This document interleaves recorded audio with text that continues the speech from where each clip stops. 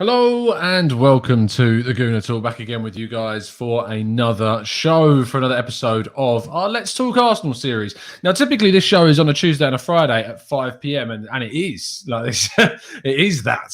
But what I wanted to do was I just wanted to jump on this evening because there's not been kind of a whole host of massive news events today, really. And of course, any of the transfer stuff we're going to cover on tomorrow's 8 a.m. show. But I didn't want to let the content be a little bit dead today. So I thought I'd come on and give you guys some extra TGT because I've got a free evening, a free house. I can be as loud and as moany as I like because the missus is out this evening, which is great. But yeah, I thought I'd jump on, have a chat with you guys, see how you all are, and we can go through a new kind of show, which is going to become, basically there's going to be 4 of these that we're going to do at the end of each month. So either the 30th or the 31st. Of May, and then we're going to do one in June, July, and then finally at the end of the transfer window we'll do one in August, which will be interesting because the season would have already started and transfer deadline day would have then be completed. We might even do it at the end of the transfer deadline day, which would be very interesting, or we do it on like September 1st or something like that. But yeah, I wanted to basically do one of these shows in which they basically build on one another, and it's a good way to kind of track how I guess it's how they track the extra, the transfer window, how it unfolds, how it develops, and what we might see in a month's time. So at the end of June, when we next sit down together and do this show at the end of June and look back at what happened in May, I can throw up on the screen what we said today and then see how things change. And it will be interesting how much things change as we go through the window. And it's you don't really keep track of this sort of stuff across the window. You do look back and you think, oh yeah, remember when we were linked to so-and-so? Well, now I'll actually be able to see it on a comparison, on a building up basis. So I hope you're good. I hope you're well in the chat box and enjoying your weekends. I work weekends, so I've had to deal with the fact of a Sunday. It is Sunday, right? It's definitely Sunday. So I lose track of these days, of the amount of work these days. But obviously talking about football for Arsenal has not been the best after the news yesterday evening. And what I will say is I've seen a lot of animosity between Arsenal fans, which I know is rare. It's so rare to see Arsenal fans falling out. But I've seen a lot of that today. So I thought I'd come on and have a light-hearted discussion and a light-hearted chat and give you guys a bit of an escape to something a little bit more positive, fingers crossed as well. So to kick off the show and to see how Arsenal's lineup may look at the start of next season based upon what we can extrapolate from the early signals and signs of the transfer window is I thought we'd have to look at, first of all, the possible outs and see who's being linked with moves away so that we know that we're not going to be including them, of course, in the team next season. And this is something we'll do each month, and we'll be able to see if any of those actually came to fruition, any of the current kind of major circulating rumours, or if anything doesn't change and people end up staying. So starting off with Willian, we're looking like he's obviously going to be off. It could be the most likely place so far has been the MLS with Inter Miami as a possible destination. We are told that there is absolutely no chance that he will be an Arsenal man at the end of the transfer window. Fabrizio Romano has given us his 100% guarantee that Willian will not be here next month, but we'll have to wait and see. Or rather, at the end of the transfer window, he might still be here next month. We may struggle to sell him, but we'll see what happens with that one. Kolasinac looks like he could be going to Lazio, the most credible out at the moment in regards to a link to him, but it's still quite tenuous. It's the only link that we've seen so far across kind of the Arsenal fan base right now and across all of the links that we've seen so far. Then comes Lucas Torreira, who obviously you may be surprised to not see a Boca Juniors badge there, but quite simply, Boca Juniors just don't have the money to bring in Lucas Torreira. And the main club that we've seen linked with a possible move for him has been Fiorentina so far. Then comes Matteo Guendouzi, and this deal looks like one of the most likely to happening more earlier. Guendouzi moving to Marseille. This looks like it would be a permanent deal, and we would get a little bit of money for him. Not a lot from the sounds of things, but certainly something that we can use to reinvest elsewhere on the pitch and, of course, get those wages off, get some fee in, and get who I look at as a little bit of a troublesome character out of the club. This now is probably the quickest one we could see happening, if you believe the reports that are currently going around right now. Granit Xhaka moving to Roma to join up with Jose Mourinho and former Arsenal man Henrik Mkhitaryan, if, of course, they keep him on. after his contract expires. But he looks like he could leave, with Roma getting a very decent deal out of this one, it seems, as well, which was come to quite a surprise to many fans. And yet would like to see Arsenal get a little bit more than we are currently being seen reported. Mavropanos, the most kind of legitimate link is a return to Stuttgart, most likely on loan. He has signed a recent contract with Arsenal, so there is kind of protection on that value. And so a loan deal would not be too bad. But I think that maybe Arsenal would like to see a permanent deal with a very decent fee come in. But Stuttgart just aren't going to have the money to be able to pay for a permanent deal for Mavropanos. So that's one to keep your eye on, whether he ends up there or somewhere else, because there will be a lot of interest in him. He has been called up to the Greek national side, and that'll add that little bit extra value onto his figure as well. So maybe he ends up somewhere more higher up a league table in one of the top leagues compared to Stuttgart. Our penultimate one is Hector Bellerin, with his most likely link now to Real Betis, obviously previously linked to the likes of Barcelona, PSG. But now it looks like the most credible out could be that of Real Betis, who will be in the market for a right-back if they lose, and should they lose, and probably will lose, Emerson to Barcelona this summer window. And the last one is Eddie Nketiah, who is not going to be going to Brighton, if you've been reading that, but more likely could see a move to Watford, in which we could get a figure in the region of £15 million, which I think would be an absolute steal for Arsenal, to take that amount of money for someone that's got a year left on their deal and has not broken into the first team squad with any sort of tenacity and real sort of power. And Nketiah has been very much on the fringes and not a person that people are desperate to keep hold of. So a deal going to Watford for that kind of fee, I think, would be a very, very decent one. Watch him go and absolutely smash it next season. So they're the possible outs. If you think I've missed anyone, and not used anyone in this list, then make sure you let me know in the comment section below. But from all the sources that I'm looking at, these are kind of the main ones that I've gone, the most legitimate ones that we've seen linked so far. Let's see what you guys are saying in the chat box regarding possible outs. Ansgar says, are these sorted in any way? No, these are just the possible outs that we've got. There's no level of realism or level of likelihood. They are just the most credible links to clubs that we've seen with our players so far. Matt G says, Tom, was that a dig at Bellerin? No, it wasn't. It's just, it has dropped off from Barcelona and PSG to Real Betis, which probably comes down to how he's played this season and the situations of those clubs. Intia says, Saliba to buy a Leverkusen as a possible one. Maybe, but that was with basically a swap deal scenario with tap sober plus cash, which I don't really give any credits to. So I've not included that one whatsoever. JD says, should wait till the Euros are over to sell Xhaka in case his value increases. Selling him for anything less than 25 million would be foolish. TJ says, what about Nelson? I've seen no credible links for a club going for Nelson so far. If you've seen any rumours, let me know in the comment section or in the chat box. But I have not seen and heard any credible links about Nelson. I know that he's one of the players that we're willing to sell, but I haven't seen any possible links to a club coming in for him at this moment in time. This was not possible outs in terms of players that I think are going to go. This was possible outs of the ones that we have seen linked to clubs. Of course, Willock is not a bad one to suggest as well. Could see him go off to join Newcastle, but the club are very much wanting to keep hold of him so far. Iron Cub says, do you think we should try and get a buyback clauses on Nketiah and Mavropanos? The problem with buyback clauses is that decreases the transfer fee that you get for those players. Yes, it protects that. Yes, 100% it will protect the value of that player. But the issue is that you will drop the value of the transfer fee associated to that deal. So Nketiah with £15 million kind of a purchase price, his fee would drop to probably between 10 and 12 if there was a buyback clause inserted, maybe less because of that. Because why would they allow that without having to pay less for that, knowing you could just buy him back for a higher amount later on? Mavropanos the same, going to Stuttgart.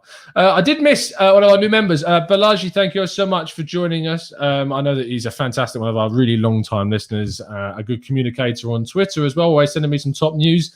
So I really appreciate you joining up, Balaji. I'll make sure to sending a new link to the Discord server in the community tab on YouTube. Make sure you join up. We've actually had quite a few new members join up this just today. In fact, Kim B, Sasha Van Vyk, and Nico F all became members today. So thank you ever so much, guys, for joining up and supporting the channel. And make sure you join our Discord server using the link in the community tab as well. So thank you ever so much. And speaking of Balaji, what about Cedric? Again, I would have loved to see him, of course, move on, because I think it's just linking that with Kia and moving him on from the club. But we haven't yet seen any links with Cedric to a specific club as of yet. Iron Carb, thank you ever so much. Just realised that you're not a member. Well, now you are again, son. So thank you for rejoining and supporting the channel as well. Right. How about we move on to the possible lineups that we could see Arsenal next summer using, based upon the links that we've seen to players so far this transfer window. It is going to be intriguing when we do this show again at the end of June to see how things have changed, if at all, and comparing them to today. That's going to be very interesting. But let's have a look at, now I've gone for three possible three possible formations that we could see us playing. The first one is probably the most, maybe not the most interesting, but certainly one that I'm in favour of Arsenal trying, is a 4-1-4-1 system. Some of you might look at this as a 4-3-3 with a number 6. But either way you look at it, 4-1-4-1 is a very interesting system to try for Arsenal. I think you've got the capacity to do it as well. Starting off with Leno in goal, I don't see him going anywhere. I don't see us investing in a kind of a number one goalkeeper this summer. I really don't. I think we will invest in a backup keeper, but not a starter. It is what it is. I would personally swap him. I'd go for someone like, as we've talked about before on the show, Bono from Sevilla, and bringing him in. But Leno looks like he's very much going to stay, which is fine. Like, it's someone who can get better, but I have a lot of reservations about him. That is for sure. Right now, moving to right back, which brings in one of our possible new contenders, Max Aarons from Norwich City. We have obviously been linked to him quite heavily. You may have seen some links saying that he's not a target. I can tell you with confidence that is not the case. He is certainly a target of Arsenal, and Arsenal are interested in signing him. He is on a list of a number of candidates, so it doesn't mean that we're going to go out and specifically get him in the end, but he is certainly a target of Arsenal and on their list of possible right-back options for this coming summer window. I think he would add some real attacking verve to the team. Yes, of course, he needs to think about things defensively and improve in that area, but I think when you think about how much he gives you going forwards, and if you've got a mobility kind of player at right-sided centre-back, which we could have if William Saliba is given a shot this season, then that could be a really interesting right-hand side of our defence with the cover that Saliba will provide. Alongside Saliba is the long-time partner that we kind of want to see develop at the club, being Gabriel Magalhaes, and seeing those two kind of develop together as a partnership. And we want to see this. This is what we want to see, is those two being Arsenal's partnership in the long term, developing together and becoming a really solid pairing. Moving into the left-back role, of course, Kieran Tierney takes that spot, and I'd love to see him given the captain's armband. I doubt that we will see that. But Kieran Tierney very much as a left-back for us is as a leader, a captain, and hopefully after a decent pre-season, obviously playing in the Euros, I don't expect Scotland to go through of their group, so he should return quite soon, maybe after a couple of weeks. That would hopefully give him enough time to get some good recovery and get back firing for the new season. Now, another one of our new additions, fingers crossed. Playing the number 6 role is Yves Basuma, the Brighton and Marley's central defensive midfielder. I know a lot of people see him maybe as someone who could play a little bit further forward, maybe in a number 8 kind of role, more disciplined version. But I like the idea of playing him in a central number 6 position, having someone mobile as your sweeper, that's still a very good passer and can connect the ball between the defence and the midfield, I think is really important, especially if we're losing someone like Granit Xhaka, playing in that number 6 role for us. Another addition onto the right-hand side could be Emmy Buendia. You may see this as more of an advanced right-forward position who drifts inside to be more creative.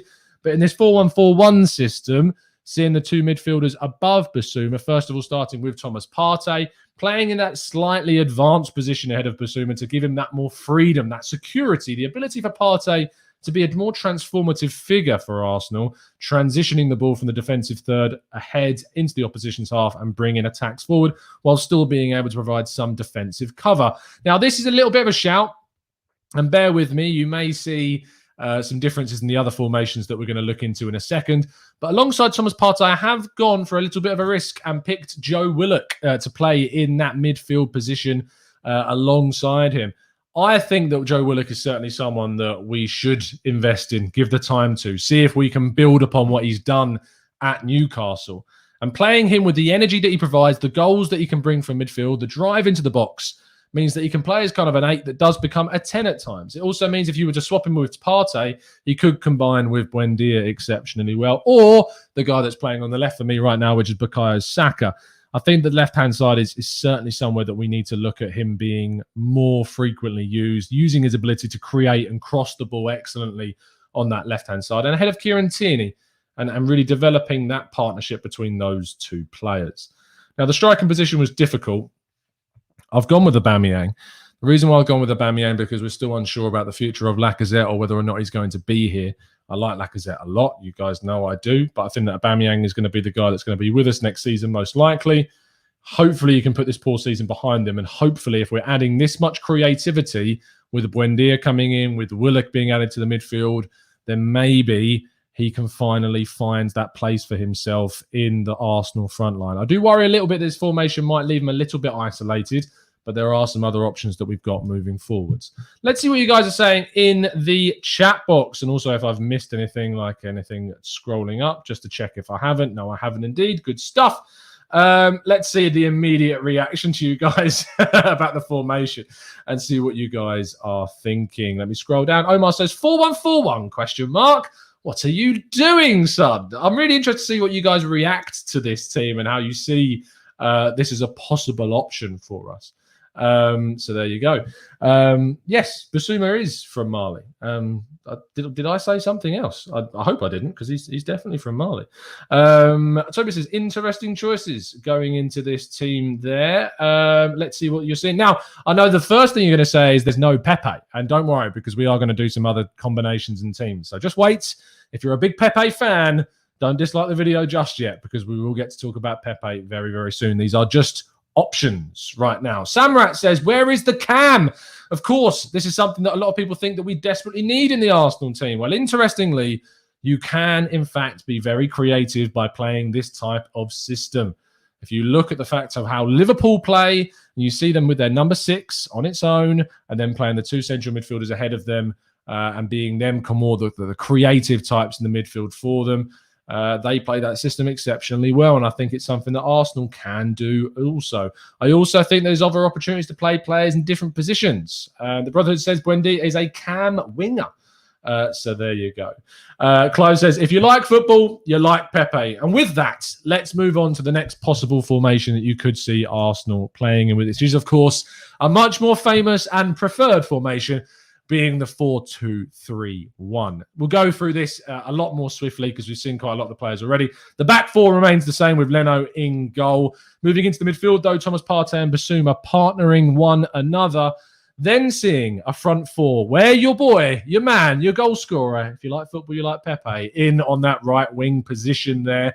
And then moving a Buendia into the inside number 10 role. You could swap him out with Smith Rowe. You could even play Smith Rowe in Saka's position if you wanted to. You could bring Pepe onto the left-hand side, move Buendia to the right, and put Smith Rowe at the number 10 position. There's lots of combinations and formations that you could try with this and with that team. So I'm interested as to your thoughts about the 4-2-3-1. Do you prefer this one? Do you prefer this to the last one? Fala says, Tom now making sense with the 4-2-3-1. Josh Shakespeare says, that looks much better. David Blashik says, that also looks a lot better. Ansgar says, Tom, the lack of disrespect is hurting my soul. It's not about disrespect, mate. It's just about what I think is most likely to happen next season in regards to our striking position. Lacazette's future is still very much up in the air, and we don't particularly know what's going on. Karthik says, Tom, please don't do a 3 at the back formation. You're going to be disappointed in a second. Ajit said, this is the 4-2-3-1 for me. Let's scroll down a bit more. Omar says, more like it. Emma says, very attacking. Sahil says, yep, this looks better.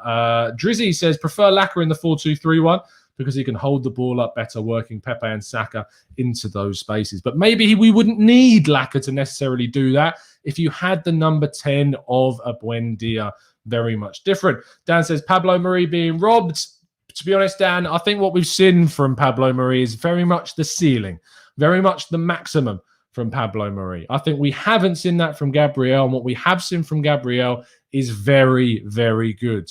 We have seen him dip in form towards the end of the season, but this guy's got a lot more development to do, and we need to put a lot more time into investing in him as well. Yannick says, this team does not get us top 4. Well, interesting, because, I mean, you've seen West Ham very nearly get top 4 with their sides, and I would put this on paper as a better team than theirs. So I think you're being a bit harsh there, Yannick, certainly so. T.E. White, 1911, says, what do we do in January with the African Cup of Nations? It's a good question. Of course, if we were to play this team, we would be losing Pepe and Partey and Basuma and Aubameyang. And if you were to lose those players, you could very easily bring in Emile Smith-Rowe. You could bring in Lacazette. You could bring in the other central midfielder that I think we're going to sign. I do think that we are going to bring in another central midfielder in addition to just a Basuma or someone else. And I also think that we would add from the youth. I think you'd see likes of Aziz being promoted. El Neni, of course, would be going off as well. But I don't think necessarily you've got Joe Willock there as well. I think there's plenty of variation and depth that we can still use. Certainly so. Neil says, football is not one on paper. It certainly isn't, hence why West Ham are where they are, hence why Leicester are where they are, through good recruitment, good team selection, good coaching. That's why they are where they are. Right, let's move on to the third and final option, which Karthik, I'm sorry, mate, you're not going to like this, but I think that Clive might. Let's have a look at this one. The 3-4-3, which is a formation that some Arsenal fans have wanted to see a little bit more of, seeing Arsenal play with a 3 at the back. I had to make this slightly smaller so they all fit on the screen, but we've got the back 4 with Leno, and of course then the back 3 centre-backs of Saliba, Gabriel and Tierney. Tierney, of course, plays left centre-back for Scotland, and you'll see him playing there in the tournament. We had a lot of success with him playing there at the end of the 2019-20 season. He had a really good combination with Maitland-Niles playing left wing-back, who isn't playing left wing-back. My midfield 4 is made up of a Max Aarons playing in a wide right wing-back position, Thomas Partey and Basuma holding that 2 in the midfield, and then Bukayo Saka. We saw him play this role against West Brom as soon as we finished playing in the Europa League, and he flourished there once again. It's a position that I would like to see Saka given more opportunities, because I think it gives him more freedom. I really think he's able to get up that left-hand side a lot more. You're giving Tierney and behind him, giving him that service is also really good. And then ahead of him, he's also got someone to combine with. And the front 3 here I've gone with Smith-Rowe playing on that left-hand side, so he can interchange, can drift. The same with Buendia. Buendia and Emile Smith-Rowe can be very similar kind of inside forwards, and inside kind of attacking midfielders in those positions behind the striker, effectively becoming 2 extra number 10s with the wing backs overlapping, playing those inverted passes. You've got Max Aarons overlapping Buendia, something they're very used to with their chemistry already playing at Norwich, and you've got Saka and Smith-Rowe combining, playing those inverted passes to get the full, the wide wing backs in to play those balls into the box for the striker. It's certainly an option. You've also got the likes, you could play Pepe on either side, you could bring Saka in there and move Tierney into a more of a left wing back role. There's lots of variation. Don't say that this is set in stone, guys. This is not saying about, no, we're chucking away players that you're not seeing. It's about thinking about the variations, thinking about the opportunities and the differences that you can make and the tweaks that you can make to those teams as well. Dan Robert says, where's Ivan Toney? Good question. Carl says, I really like that formation. Gives you plenty of options going in attacking and defending. Drizzy says you could even replace Emile Smith-Rowe with Willock since it's more of a forward role. Greg says, yeah, that 3-4-3 looks interesting. Mark Dennis says, hi, Tom. Here's a question. If a decent offer came in through Aubameyang, would you take it? It depends what you mean by decent offer, Mark. If you're talking of upwards of 20, 25, 30 million pounds on a 32-year-old now. Let me just check to make sure that's right. Let's have a look. Aubameyang is 31, turns 32 next month. So, but that's not how it works. He's 31 until he turns 32. But yeah, so if you got a 20 to 25, 30 million pound bid on Aubameyang, I think I would. And then you extend Lacazette and maybe you even invest in that area as well. And you bring through Balogun, and you bring through some of the other players as well. Deep Duta says, my ideal formation would be a 3-4-1-2, which I'm not as much of a fan of because I don't really like the 2 up top, or a 4-4-2. It will work wonders. I think when you play a 2 up top, especially at Arsenal, is that you often find the 2 strikers getting very isolated because we don't really have enough service, especially without the number 10 playing behind him, which I suppose you're trying to remedy by playing the 3-4-1 1-2. But again, I think that you then lack the players to play the incisive passes that you would get and the overlapping runs combining with the wingers. So I'm not the biggest fan of a three as a two up front, because I think they get very much isolated in the team. Alistair, I've just missed your comment. I'm so sorry, it disappeared. Let me read Ajit's first. In my opinion, 3-4-3 in counter-attack works well for us with the fast players that we have in Saka, Pepe, Aubameyang. It worked in the FA Cup final. 3 good formations, says Tim Jallo. Let's see Alistair's comment. Here it is. Emil Smith-Rowe maybe not suited to that formation. The right side does look stronger. Interesting you think the right side looks stronger, seeing as you've got Tierney and Saka combining very well on that side. You've got Basuma as well playing a more of a defensive, disciplined position than Partey. I think it's actually quite balanced with the style of players that you've got in Smith-Rowe and Buendia, and the work rate that they add, and the versatility that they add to the team as well. Venkatesh says, no Saliba, he's not even proven to say he's the one we should rely on. I don't feel confident on the Liga performances. The Premier League isn't the same, and Arteta wants at least one experienced centre-back, and Gabriel isn't one, which is completely fair enough. But then who is it going to be? Because for me, Chambers is the only other person you can play in that position. I don't like Rob Holding on the right-hand side of a back three. If you do play Rob Holding in a back three, it needs to be, for me, in the middle, not on the right centre-back position. And that makes things slightly more difficult, because I don't think that necessarily Chambers and Tierney work playing in that back three, because when you play in a back three, often you see them shifting to become a back four, and then you'd leave yourself in a position where one of Tierney or Chambers is becoming a centre-back at times, where Saka either drops in or Aarons is dropping in. I think the balance is that you need a more mobile right-sided centre-back, and then either a left-back that's transition like Tierney, or you play Gabriel or Marie on the other side, and then you move Chambers into the right-sided centre-back position, so then Chambers would become the right-back. It's all about how the balance works and balancing your team correctly. It's a very, very difficult, very, very difficult. Cano says, I hope I bump into you when I come to London. Hopefully even get a picture. Wow, this is incredible, Cano. Any plans for this 25k subscriber special? Because 25k is coming in June, definitely. I think you'd be lucky if we hit 25k in June, but you never know. Anything's possible. Matt Thornton says, when's the Saliba tactical breakdown? This week, Matt. Don't you worry, it's coming. We will be doing a dedicated breakdown to William Saliba's loan deal. Do not worry yourself. JD says, Emil Smith-Rowe, Saka, Tierney combine well on the left. Likewise, Aarons and Buendia on the right have already played together a lot. This formation might actually work and get us to the top four. Dan Roberts says, where's the false 9 formation? Alistair says, Tom, how do you see the goal distribution in this setup? I think a lot of it would, of course, be channeled through Aubameyang and the striker in particular, but Buendia and Smith-Rowe would need to chip in with goals. You're looking at that Smith-Rowe trying to add goals. He definitely started doing that towards the end of the season. Buendia, we know, is getting a lot of goals for his time at Norwich. Can he translate that to the Premier League? We don't know. But it's interesting if those two could. I think with the amount of kind of overlap from Aarons and from Saka, you would see a lot of low-driven crosses into the box that Buendia and Smith-Rowe could also feed on, in addition to Aubameyang as well. George Davis says Max Aarons is average, by the way. I suggest, George, you educate yourself and go watch our tactical breakdown on the Young England Youth International, and go watch what the expert insight and what the statistics have to say, because I think they prove you very, very wrong. Kook Dog says, why is everyone so happy to sell Xhaka for 15 million? He played almost every game and is a consistent leader. I'm not happy to sell him for 15 million. Just want to put it out there. So it's not everyone, and I can certainly agree with a lot of people that it isn't everyone that wants to see him go for 15 million. So there you go. George Davis says stats. And that's why, George, is on our tactical breakdowns, we have a 5 to 7 minute long eye test from an expert that's watched that player week in, week out. So, So Hill says, Tom, who would you vote for as the player of the year and goal of the year for this season? I mean, it's between Saka and Pepe for me for this year, for our player of the year. Goal of the year is tricky, but I love Tierney's goal against West Brom. I'm trying to think of a goal that I preferred. I love Pepe's goal very recently as well. I can't think of Xhaka's free kick against Chelsea. I very much liked too. So there you go. Wardy Igal says, do you really see Arteta playing a 23 and 20-year-old partnership in defence? Rather go and get an experienced right-sided centre-back.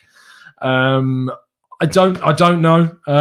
It's the honest answer, but we don't have too much choice in regards of experience. Marie is 27, Chambers 26, holding back 25, 26, which I don't look at them as very much. I don't really look at them so much so as experienced players. I look at the likes of Thiago Silva, David Luiz as your more experienced centre-backs. Are we going to go out and sign a player of that age in that bracket? I'm not sure that we are. Ansgar says, you were doing a great job, Tom. Thanks, mate. Don't agree with you on everything, but that's what makes it worthwhile. Exactly. It's about opinions, fella. It's about opinions and also explaining and backing up your point. That's what's most important in the world. It's all about throwing in accusations, but I just love to see kind of a consistency in actually supporting opinions with reasons. That's what we like to see over here, for sure. Mini Boss says, EP Smith, I think Emil Smith Rowe, Erdegaard, Aubameyang play well together. There's balance there. Erdegaard, we don't know at the moment if he is going to be an Arsenal player. We'll have to wait and see. Let me scroll up. Did I miss that super chat or did I do it? I did, didn't I? Yes. I don't know if it's going to be playing those two, but we have got a lot of experience that's needed at this club. Ash is the best, says you're pretty smart, man. Good predictions. We should I appreciate the compliment. It's really patronising. We should finish top 4 or 5 with this team, but you can really see this happening. We need better centre backs than we need the experience. To be honest, I've said this a number of times. If we signed a centre back, I really don't see the number one kind of. I don't see a big gripe with signing a centre back. I know there's a lot of hope around Saliba, and people think it would block his possible kind of entry into the Arsenal first team. But I think it's important to add, not necessarily experience, but add quality. Quality is what we need, and that is what we need to see. Toby thinks that Lamptey is better than Aaron's. I don't trust Lamptey's injury record right now, and I think his sample size is so small to make a real judgment on him. That's where I struggle with. He's got a hell of a potential. Really, really does. Mike says, what about a backup left back? Yes, definitely somewhere, Mike, that we need to be looking, investing in for sure. Harman says, Arteta wants Tapsoba. I would love us to get Tapsoba. 100%, I would love it. George says, Rydal Baku is clear of Max Aarons. I think that Rydal Baku is a very, very good young player. I think defensively, Max Aarons certainly comes out on top in that area. But offensively, Rydal Baku probably has the better of those two. It would be how Rydal Baku transitions to playing English football, which Aarons, of course, has experience in already at the top level. Super Sporty says, Partey is a very good defensive midfielder with the quality to partner. I think that Partey's got the potential to be your 8. You be your box-to-box. I think he played a lot of box-to-box games at Atletico Madrid. I think that's the style that we should enable him to do. I don't think Granit Xhaka, whilst however much I rate Granit Xhaka, I don't think Granit Xhaka is the best partner for Thomas Partey in the style. I think you need someone more disciplined, someone that's going to give Thomas Partey the freedom to play the game that he's really, really good at. Let's scroll down. Mike says 4-2-3-1 is the best formation for us. Sheil Lendra, apologies if I've pronounced your name wrong. Sheil Lendra, maybe. I think 4-3-3 will work better, but we need a good winger and a central midfielder. Christian Miller says we'll be back in Europe next season in the Conference League. We won't be. We won't be in the Conference League because thankfully Spurs took that position from us. Daniel Roberts says, more importantly, is Partey going to get the number 5 shirts? I mean, he's what, number 18 now, is he? So maybe he takes that number 5 shirt. Maybe, I don't know what positions and what numbers are going to become available for us next season. I mean, if we actually have a look at the Arsenal squad, number 11 is obviously going to be available unless Erdegaard returns, and unless he takes the number 10. But number 10 itself will, of course, also be available to have. But we don't have a number 4 or 5. I mean, 4 is Saliba, isn't it? And then 5 we don't have. I'm trying to look and try and find it, but number 5 we certainly don't have. Saliba is number 4. Mavropanos doesn't have a number at the moment. Lucas Torreira was number 11 and will return, but we don't know what's going on with him. Lacazette's number 9. Willian's number 12 could be given up this season as well. Do we have a number 7? That's Bukayo Saka. Number 8, Dani Ceballos, of course, is going to lose number 8. So who do you give that number 8 to? Do you give it to Smith Rowe? Do you give it to someone else? Number 34, Granit Xhaka. Does anyone want the number 34? It's a very weird number to be giving up in that position, that is for sure. But lots of number changes possibly we might see next season. Wilson says, why do you think that Basuma would be the ideal partner for Partey? Good question, Wilson. Mainly because I think that he's more disciplined than Partey, plays in that hole just behind the Ghanaian, will keep that disciplined position and keep that sweeping position with his mobility a lot more secure, allowing Partey to be more expressive, more developing going forwards, better progressor of the ball as well, over someone like Granit Xhaka, who I think needs to be situated in a certain part of the pitch with someone next to him that's going to cover him so he can play all the passes that he needs to. I'd much rather see Partey with a partner that can be disciplined and mobile in himself and play more of a sweeper role in front of the back four, like we saw with the 4-1-4-1 formation. PC says, zoom out. I'm a little bit too close. I'm sorry, mate. I can't zoom out. I can go backwards. Is that better? It's weird. Is that better? I'm trying to sit as far away as I can. Matt Thornton says, if we change to a back three, wouldn't be worth keeping Mavropanos. Rather, do you mean would it be worth keeping Mavropanos? Because, of course, he's played in the back three on the right-hand side for Stuttgart this season and done very, very well. So maybe it would be worth looking at keeping if that was a system that we were going towards. Toby says, if you had to replace Aubameyang and Lacazette, who would you replace them with? Both of them. I mean, one of them I'd replace with Balogun, of course, bring him through, give him the opportunity. And then I think you'd have to go for your younger players, and Edouard's, Youssef En-Nesyri, one of these types to come into that position and play it. Someone like maybe Andre Silva. I'm a big fan of Andre Silva and what he's done at Frankfurt. There are options, but I don't think there's loads of options. And that's very much why I'm in favour of maybe giving it a year, seeing some other possible players next year and see how they get on. Josh says, Boadu, who is the young Dutch striker from AZ Alkmaar. Again, still very raw. Still got a lot of developing to do and maybe a bit too much of a risk. Suraj also suggests Patson Daku, who I very much like, but is again unproven and would be a risk. And if you're letting Lacazette and Aubameyang go and you want to put all of your eggs into the Daka basket, then I'm not sure whether or not that would be wise whatsoever. Ritayan says, could you please do a tactical breakdown on Mavropanos? We'll see how that progresses. If it looks like he's going to play more in the team, then we will. But I have compared Mavropanos to a lot of our centre-back targets. So if you want to go and watch the Tapsoba tactical breakdown, we look at Mavropanos' statistics in a lot of detail, so you can find out a lot about him in those videos. Wilson says, who is Andre Silva? He is a Portuguese striker playing for Frankfurt. He's been to Sevilla, AC Milan, and playing in Portugal as well. He's should maybe lead the line for Portugal this summer, unless obviously Fernando Santos goes off and plays Ronaldo in the striking role. But Silva has been excellent for Frankfurt this season.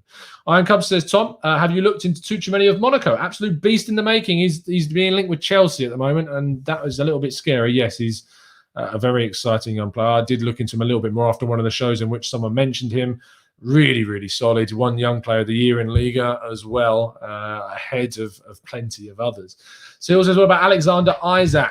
A lot of potential, but again, similar to Boadu, a lot of kind of development still to do, and I think it would be a little bit of a risk to bring him in as maybe our main striker. This is why I want to give it a year. I'm really kind of open to giving it more of a year with the striking department and investing in central midfield defence. The Buendia types attacking midfield, then focus maybe on that area of the pitch next season. Ajit says, how about a Dominic Calvert-Lewin, a good hold-up? I mean, yeah, of course, a great option, but really expensive, really, really expensive. So that would be very difficult to do. Barley says, do you think Badiashile is better than Gabriel? Obviously, until you see them play in the same league, it's tricky. Badiashile is very, very highly rated and probably will end up moving to a very much a better club.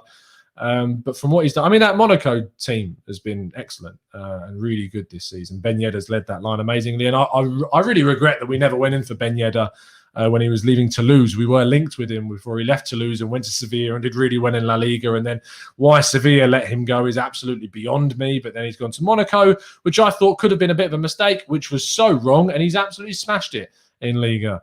Certainly missed the boat on Wissam Ben Yedder, 100%. Wilson says, are you still annoyed that Arsenal failed to sign Zoboslai? What do you think, mate? What do you think? Of course I am. I do think that obviously it wouldn't have had an impact this season because he's not played for Leipzig. He's been injured for the whole of the season. He is hopefully going to play at the Euros. He is in the Hungary team, and he'll be hungry for action. But yeah, of course I'm annoyed. Of course I'm annoyed. Yo-Yo says, least favourite opposition player, past and present. Eric Lamela. Without a shadow of a doubt. Hates that guy with an absolute passion. And then past, probably Adebayor. As a past player, I used to hate Nasser Chadli loads. Again, another Spurs player. But yeah, you do count Adebayor as an opposition player because of everywhere else that he went to play for. Was never a fan of him at all. Diego Costa as well, a bit of a bastard. Not a fan of him either. Elliot says, would you take back Saliba this summer or work out a transfer? Well, if you're saying I've got a choice between swapping Saliba for Tapsoba, it's not even a choice. You'd take Tapsoba, obviously, but the thing is that it would take him and money. But the link that was, I think, was a very easy link to put out, and I don't think there's any credit in it. Of course, you take a swap deal from Saliba and Tapsoba. Tapsoba is by far a better player than Saliba. Ansgar says, might visit Leipzig. I'll take a photo with the Red Bull Stadium for you, Tom. Thanks, mate. I don't have any interest in going to Leipzig at the moment. It's not like a famous holiday destination, is it? So Salzburg, however, very much is. And I will plan on going there at some point in the near future. A says, I would want Saliba to play at centre-back of the three to play that libero-style centre-back like David Luiz, which is exactly the same as our 3-4-3 formation we talked about earlier. Kanav says, we want to see what's behind the green screen. I mean, you can see, Kanav, what's behind the green screen if you scroll back to a fair few videos ago before all the new graphics. And you can. It's a picture of Thierry Henry is what it is. That's what's behind the green screen. Avinash says, is it only me or all Arsenal fans want to hate Van Persie but secretly don't? No, I don't like him. I really, really don't, Avinash. I appreciate what he did for us, but I'm sorry. I'm not his biggest fan. I'm not his biggest fan at all. Suraj says, if you are Arteta, there is no way that you'd be risking your job on a 20-year-old unproven centre-back Saliba, which is a very good point. Mr. Joker, with our fantastic TGT ambassador, says, Tom, do you honestly feel that Arteta will have learned from his mistakes from last season? 8 more points from last season and we would have joined third. Yeah, hypotheticals are great, but we don't know.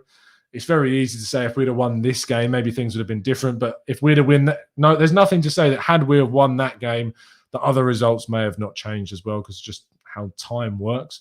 Not to go a hot tub time machine on you. But I don't know if he's learned from his mistakes, Joe, because he's made a hell of a lot of mistakes and he's made them consistently. So there's no evidence to tell me that he is going to change, that there is going to be any change. So, no, I'm sorry. I can't tell you that he has learned from those mistakes. Giroud is a big shout for players that I hate. Neil Gunner says, Jamie Vardy's hate his celebrations against Arsenal as a possible person as our least favourite non-Arsenal player. Yannick says, if my auntie had, you know the rest. Yes, exactly. Exactly. Gooner Loop says, Awar has gone under the radar, which is a perfect time to sign him. I'd rather sign a lot of players ahead of Houssem Aouar. That is for sure. I don't need to tell you why. I've told you why a million times. No Sleep says, did you see the table without VAR? Of course I did. But again, it's hypotheticals, mate. It's just the situation that we have. And yes, some of those VAR decisions were wrong, as have been a lot of decisions this season for VAR. But again, it's the hand that we are dealt, and we can't moan about things that have gone. We take the hand that we're dealt. It's as simple as that. Mini Boss reckons that Koopmeiners may be a good option from RZ Alkmaar. The central midfielder, of course, has been excellent for them this season and is highly rated enough that he has been, I believe, selected to play in the Dutch international team. Let me just have a quick check of who is in the Dutch squad for this season. Let me scroll down. Netherlands. Is Koopmeiners there? He is indeed, as is Martin de Roon, Junior Wijnaldum, Davy Klaassen, Frankie de Jong, Ryan Gravenberch, another player that I know a lot of people are big fans of, And Donny van der Beek, who I hope has a fantastic tournament, because I feel really kind of bad for the guy about how he's been getting on with. Carl Yason says, Kane or Aubameyang, debate. Mate, there's no debate. I mean, if you're a level-headed football fan, it's like Kane's the better striker. It's not about being biased. It's not about having being faithful to Arsenal, and you must back all Arsenal players. It's just common sense. It's just, yeah, I'd kill to have Kane at Arsenal. I hate his guts, but I'd rather hate his guts at Arsenal being a great striker for us. That's the reason. So Hill says, Tom, based on the UEFA Champions League final, would you as a coach prefer to stick to your attacking principles or be pragmatic in one of those games? So Hill, I cannot understand Pep Guardiola's tactics, and I'm a big Pep Guardiola supporter. I think he's done some amazing things. I don't agree with the overrated hype. I don't agree with the he has to spend money to win. I think it's a broken argument, but he got it so wrong. Absolutely outclassed by Thomas Tuchel. And Fernandinho and Rodri on the bench is obviously, with the benefit of hindsight, it's really easy to say and point to that as why it failed because of that. But I'm sorry, like, people were saying that beforehand. It was a really obvious kind of, it was an obvious thing to see that they were much better when Fernandinho came on. So you play the way that you do get into the final, and you need to establish that style. And I think that because Guardiola rotates so much throughout the season, if anything, that makes him second guess his team and what he's actually, maybe he doesn't even know what his best team is, because you play your best team in the Champions League final. That's what Chelsea did. I mean, ironically, we talk about Robin van Persie and we talk about how we don't like him. I don't really rate a lot of his opinions on football. He's talked about Kovacic and Ziyech and saying that Tuchel is basically mad for not putting these two players in his team. Guess what? Neither of them start the Champions League final, and he wins the Champions League final playing the team that he selects. Like, Tuchel is just a better coach with those players. He really is, and he really has proven me wrong, Thomas Tuchel, and it's absolutely gutting that he has. But yeah, really proved me wrong. Really has. He's been brilliant at Chelsea. And also, like, I've seen people not praising Chelsea, but praising kind of Thomas Tuchel. And I've seen a lot of Arsenal fans getting very frustrated and agitated about people giving the due praise to Thomas Tuchel. I get that there's a rivalry. I get there's a hatred towards Chelsea. I don't like that Chelsea win. I'm not going to celebrate Chelsea winning. But what I will say is I'll hold my hands up and go, fair enough, fair play. Well, Tuchel's done a great job there, and I'm very envious of it. Very envious of it. Krish, congratulations on finding a fantastic channel. And I hope you stick around and enjoy the fun in the chat boxes with everyone else. King Shook says, would you consider Pepe instead of Smith Rowe on the left-hand side? Of course, but I think that Pepe needs to be developed on the right-hand side. I think he's shown a lot of his games this season, towards the latter stages anyway, that certainly is somewhere we can see him flourish. And I also think that Bukayo Saka's future very much lies on the left-hand side, being more of a creator. I don't look at Saka as someone that's going to get you 10-plus goals in a Premier League season. I do look at Saka that's going to get you 10-plus assists in a Premier League season. And I think that is very much the focus of what we need to look for Bukayo Saka, is emphasising the areas of his game that really are his best. And creation is certainly, for me anyway, a lot more towards that kind of style than the attacking and the goal-scoring style. So I play him on the left, use his left foot to create, put Pepe on the right, use his goal-scoring abilities to the top of their possible quality. Omar, no, you're not. Yannick says, hi, Omar. Welcome to the most negative Arsenal fan channel on YouTube. Oh, just honestly, Yannick, there's only so much of Yannick that you can take until you just have to, you sometimes you need a 5-minute Yannick break. Hashtag Yannick break in the chat, guys, please. Rinmoy says, great insights, Tom. Love from India. Thanks. I hope things are going well. I know the situation in India at the moment is not the best. So I hope you're well, mate, and much love to those and those around you, and I hope you're surviving and doing the best that you can out there. And thanks for tuning in. Iron Cub says, Tom, would you take Daniel Marlon? I'm a big fan of his, just a bit unlucky on the injuries. To be honest, I don't know, because he scored 34 goals in 76 games in the Eredivisie. Let me just have a quick check how close I was. That was a guess.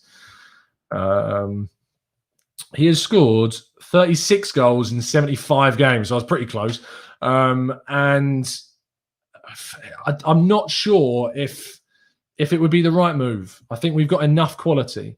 I still don't know whether it's an out-and-out striker or whether it's a more of a wide player that we are going to see, obviously, him turn into when he develops into his fully fledged player. But for now, anyway, what I do think is that he's probably not the style or level that we need to be looking for right now. Wes Lee says, Rodrigo, I swear you say this every time, Wes. Rodrigo de Paul, what are your thoughts? My thoughts is that he could probably maybe end up at Atletico Madrid this summer. That's what I'd love to see that. I think that's a really, really good piece of business for them. He's a leader. He's a Simeone player. He's a great kind of person for that area for sure. Stop the Yonic hate. Stop the hate Yonic, I think you mean. No Sleep says it would bun me to buy. It would bun me to buy Marlon back for 40 million when we sold him for 2. Yeah, I know what you mean, mate. 100%. Carl Jason says, an interesting question, Tom. Do you follow cricket? I'm not a massive cricket fan. To be honest, when cricket's on, I usually catch the highlights. I mean, I keep in tune with it. I see how we're getting on, but I don't really sit down to watch cricket religiously. A lot of my friends are big cricket fans, but yeah, I'm less so. But I do keep up to date with it, and I do watch the highlights because I think it's just very tricky because cricket's a big commitment to sit down for a whole day. I've been to the cricket once and it was great for a whole day's experience, but to sit down and watch it on the telly for a whole day is a big commitment. And so I'd rather watch through the highlights of how England get on. Balaji says, Wolfsburg winger Josip Brekalo linked with us. Has he really? Croatian international is Brekalo. Is he going to the European Championships this summer? Let's have a look. Croatia. Yes, he is going. He is in the team for the European Championships. So maybe we'll see him get some minutes. They are in England's group. So we'll definitely see him maybe playing against England. If he's been linked to us, I haven't seen a lot of him. I don't know loads about him as for performance-wise. But I think he had some decent returns in terms of his statistics this season. Because I remember doing a piece about Croatia. Let me just have a quick check how his stats have fared this season, Brekalo. 7 goals, 3 assists, playing in let's see where he mainly played this season. Let's go to full statistics and have a look at that. Apologies, isn't the best viewing ship, waiting for my screen to buffer. Playing on the left wing for 22 games, and he's played on the right wing 7 games. So maybe, but I don't know why we would go for Brekalo over someone like Buendia. It doesn't make too much sense to me. Stefania says, man, how painful is this for us? Where is our way out? We've suffered more than any other team in the Big Six, but nothing good ever comes for us, man. I hope the Cronkies doesn't win anything with the Rams. I mean, I wouldn't say nothing good has come from us. We've obviously won 4 FA Cups in the last, 7, 8 years. So it's not been nothing, but it's not been great. And we've declined in the league. But we need to turn things around. The summer's going to be a big test for us. And we'll have to wait and see. Patrick says, get him, Wolves, Weghorst and Baku. Of course, 3 Wolfsburg players. Brekalo, maybe not as keen. Baku, 100%. Go get Rydal Baku. Weghorst, absolutely not. Absolutely not. Why would you go out and sign a 28-year-old that's going to cost you a lot of money, that's very one-dimensional and will not be playing to the system that we want to play? Not for me. Jashar says, evening, Tom. Does Kieran Tierney's injury record concern you? Of course it does. I think we need to prioritise the left back. Of course, it is one of our top priorities is bringing in a backup left back. We are in discussions with Bertrand. We are in competition with Leicester, and that's going to be a difficult one to try and win. Amazing stuff. Chris says, did Man City make the right formation during the match? No. No, they lost, so no. Yo-Yo says, I don't want a constant reminder of Baku at the club. Yeah, you need to move on. You need to move on, guys. It's just, otherwise you wouldn't just have loads of things that just remind you of other stuff. Move on. Don't be sensitive. Ansgar says, Tom dodged that Aouar question like Arteta dodged the Ozil questions. I've talked about Aouar so many times about why I'm not his biggest fan, why I don't think he's the right person for Arsenal. I've said it so many times. I'm not going to keep on going over it and over it and over it. King Sate says, let's have a look at this one. Tom, unpopular opinion, which is arguably my least favourite way to start any question. I think Marie and Saliba could form a great partnership. Marie is solid, good on the ball, and a leader. Saliba is more mobile, fast, big, and a good passer. What are your thoughts? There's all the chance they could play together. I just think we need to invest more time in Gabriel and play him consistently and give him a shot and play him. Let him develop. There's a real talented player in there for Gabriel. He's shown some of it already, a lot. I just want to see more. I want to see more of Gabriel. That's what I want to see. Elliot Roberts says, did you see the similarities between Arteta and Pep?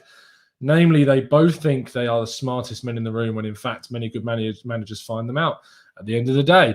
I don't know. I think that Arteta does understand that he's still very inexperienced, but he's been very open and not humble, but he's been very honest about the fact that he's made mistakes. So maybe not. Whereas Pep, I think, is a lot more stubborn. I think Pep is very stubborn and will not admit that there has been mistakes. He'll just say, "Oh, they've played brilliant. Gundogan was brilliant. They were all brilliant." Yeah, he doesn't ever kind of be critical to the public media, but we don't know that he hasn't been critical to his players. A says, Tom, if we miss out on Buendia, would you be open to signing a player like Vlasic, another Croatian player playing for CSKA Moscow currently? Is he going to the Euros? I'd be surprised if he wasn't. He is indeed going to the Euros. Honestly, I don't know how well the Russian league would transfer to the Premier League. I'm not sure if he'd be the right. I think he's only like 23, Vlasic, but still, again, I'm not sure he'd be the right choice because of the transition, because of the fee, because of the risk associated with it. Shatan says, buy Harry Kane. Yeah, because that's going to happen. That's obviously going to happen. No Sleep says, was watching an interview with Ralph Rangnick earlier. He said an aim was always to reduce the average age of the squad. Do you think a lack of experience is important when the club has solid identity? Experience has always been something that I think is very much overrated, but you need to find balance. You still need those players in the team. For every young player in the RB Leipzig side, there are some more experienced players within it, your Klostermans, etc. So it is about the balance being found. And yes, you should always try and lower your average age because time is continuous, and that average age that you're lowering is constantly getting higher.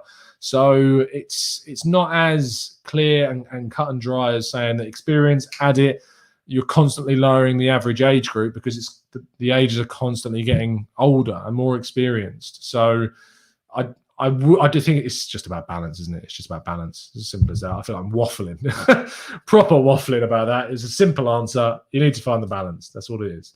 Manu says, tactical breakdown on Richard Garlick dropping soon. We don't do tactical breakdowns on executives. Have a laugh. Hi, Antonio. Hope you're doing well, son, in the chat, mate. Kiki says, too cool to Pep is like Mourinho was to Wenger. Maybe so. Sahil says, Tom, I think both Arteta and Pep see ghosts in some games because every coach does. The only problem with Pep is because of the quality of players he has. He gets called out. I mean, if that were true, he wouldn't have done so well with the Barcelona youth side and got them a title.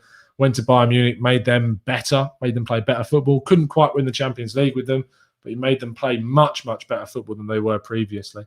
Benji says, I would quite welcome a transfer from a less popular league. That's how we got Arshavin, isn't it? Yeah, and I mean, Arshavin was he a hit? It's a tricky one. I don't think he fulfilled the hype of being our record signing, or near our record signing anyway at the time. So it's, again, how many Russian league players come into the Premier League and succeed? It's they haven't produced loads recently. I've not seen it as a league that's really been hyped up specifically as someone that's producing a lot of good talent right now. The Russian national side has suffered of late too. So yeah, I'm not sure. I mean, let's have a look at the Russian national side for the Euros.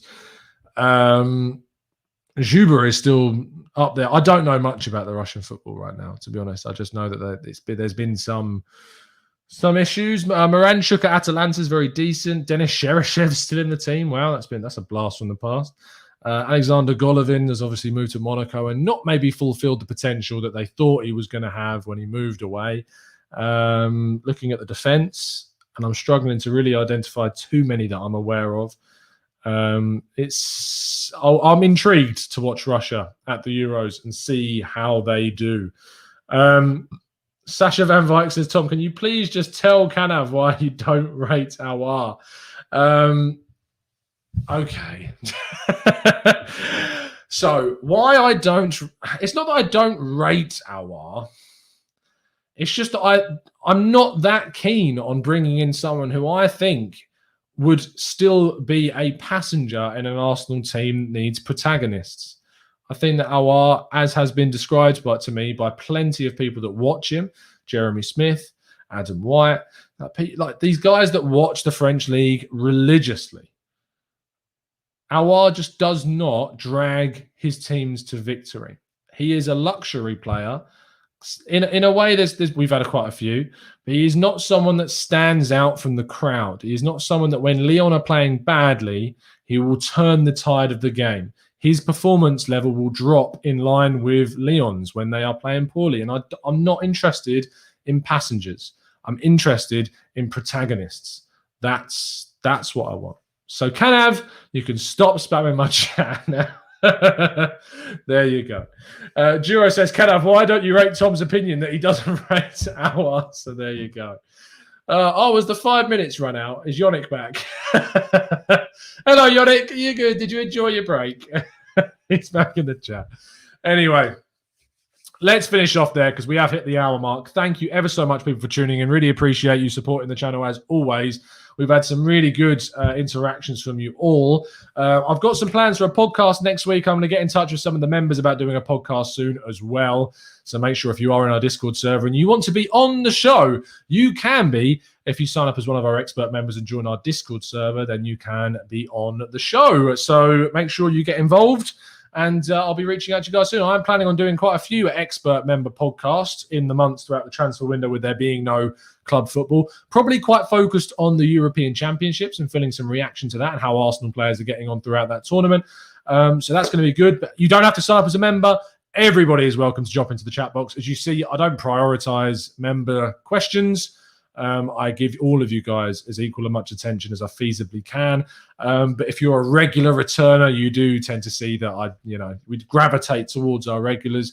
And so get involved with the chat more often, get involved with the discussion, get involved with the Discord server, and drop a like on the video and subscribe to the channel if you are new. I do also want to give a shout out to a lot of the Arsenal content creators that are producing some really good content right now. Mike and Andy, of course, over at the Gooner Spot, along with Mike Hernandez and Owen Young. Make sure you go check those guys out. Highbury squad as well, of course, with Soph. Whatever Amanda's going to go on to as well. Looking forward to seeing what her next stuff is soon. And I can say that Amanda's going to be on the pod soon, along with Dan Potts, who I know that you guys are big fans of. Dan Potts. We love Dan Potts. We don't always agree, but we love him. And he's going to be back on the show next week. So I look forward to that one too, with Owen, who'll be making his glorious return to the channel as well. Same old Arsenal, of course, with Dan Potts and Craig and Harry and Lee. And Graham, and I'm trying to think of anyone else that I'm missing. I can't think of anyone else. Genuinely, I'm not. I can't think of who else is on there. There's a lot of people that get involved with them. Nigel Plum as well, who does a lot of their commentary stuff for them now too. He's done a really good job over there. So yeah, that's pretty much. I'm trying to think of anyone else. Arseblog, Gunner Blog, go check them out. The Arsenal Vision podcast with Clive and Elliot and all those guys. So yeah, lots of stuff. Deluded Gooner, DG, go check him out too if you don't already. I'm pretty sure they're the people that I interact with the most. So there you go. Not another Arsenal podcast as well. There's loads. Burkat Wonderlands. How can I forget my main men as well? So go check them all out. Some love, some shout outs for some other Arsenal content as well. So fantastic stuff. Jake says Dan Potts ruining this channel. Yes, Dan loves to come in and throw his weight around, but we love him for it as always. I'll see you tomorrow morning, 8 a.m. for the latest transfer updates. Join me then. It's been a pleasure to speak to you guys as always. And as always, up the Arsenal.